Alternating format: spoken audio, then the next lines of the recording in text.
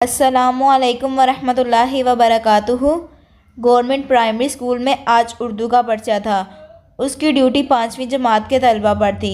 खिलाफ मामूल आज के पेपर में एक बच्चा कम था। दीवार के साथ जुड़ी पहली कितार की पहली कुर्सी खाली पड़ी थी। ये अवैस की कुर्सी थी। आज अवैस गैर हाजिर नहीं था, बल्कि उसने छुट्टी ले ली थी, स्कूल से नहीं दुनिया से, दायमी छुट्टी।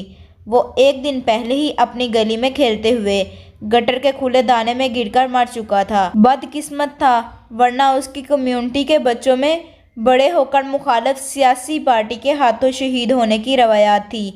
बच्चे पेपर हल करने में मसरूफ़ थे। पेपर का दुरानिया 1 घंटा था और अब आखिरी 10 मिनट चल रहे थे। टहलते हुए उसने बच्चों के जवाबात का जायज़ा लेना शुरू किया। तकरीबन सभी बच्चे आखिरी सवाल को निपटा रहे थे। सवाल था कि आप बड़े होकर क्या बनेंगे।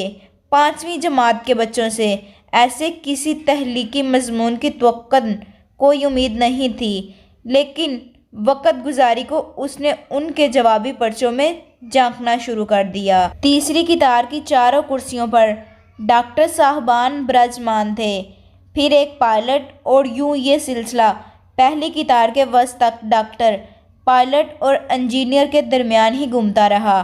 पहली कितार की पहली खाली कुर्सी के पीछे अवैस का दोस्त अब्दुल्ला बैठा था। अब्दुल्ला और अवैस क्लास के दौरान भी इकट्ठे ही बैठते थे। अब्दुल्ला के जवाबी पर्चे पर जवाब देखते ही ऐसे लगा जैसे छत से लटकती सीमेंट की खपरीलें यकदम चमगादड़ बन के सर के ऊपर से मिसाइलों की सूरत गुजरने लगी हों। अब्दुल्ला का पर्चा कुर्सी के दस्ते पर पड़ा था और उसकी सूजी हुई आंखें उसकी गोद में जमी हुई थी। अब्दुल्ला का जवाब भी मुख्तसर सा ही था। बड़ा होना बहुत ही मुश्किल है। अगर हो गया तो कारीगर बनूंगा, गटर के ढक्कन बनाने वाला कारीगर। बहुत सारे ढक्कन बनाऊंगा, बहुत सारे।